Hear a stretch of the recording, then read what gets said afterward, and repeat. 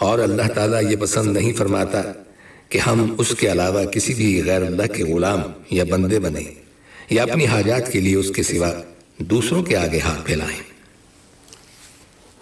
سامعین، انسان کو کسی بھی کامیابی کے حصول کے لیے تکلیفوں اور مشکلات کا سامنا کرنا ہی پڑتا ہے۔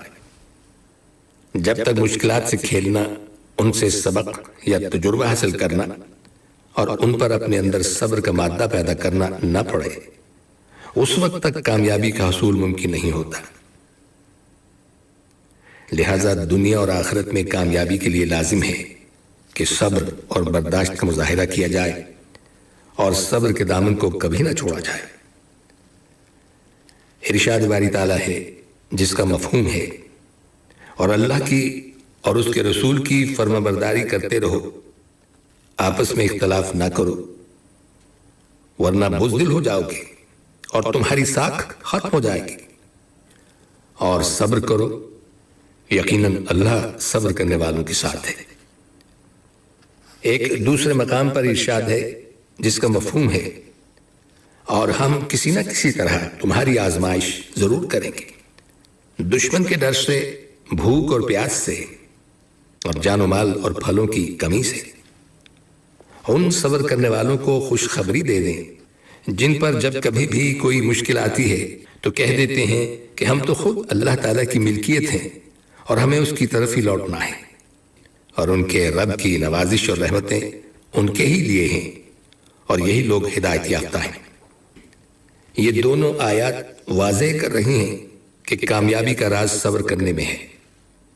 اللہ تعالیٰ اپنے بندوں کو مصائب اور آلام میں ڈال کر آزماتا ہے۔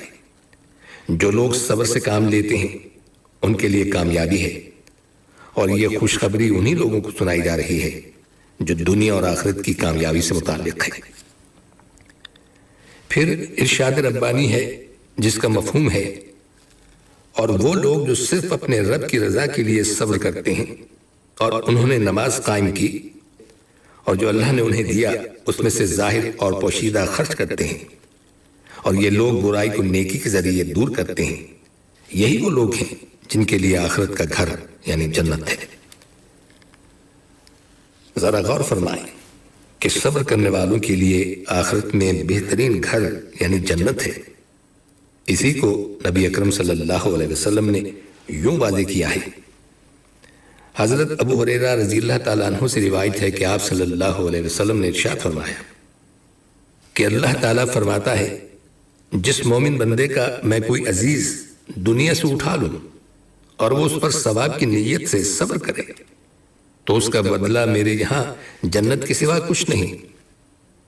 ارشاد ربانی ہے جس کا مفہوم ہے، میرا پیغام پہنچا دو کہ اے میرے ایمان والے بندو، اپنے رب سے ڈرتے رہو، جو دنیا میں نیکی کرتے ہیں ان کے لیے بدلہ بھی نیک ہے۔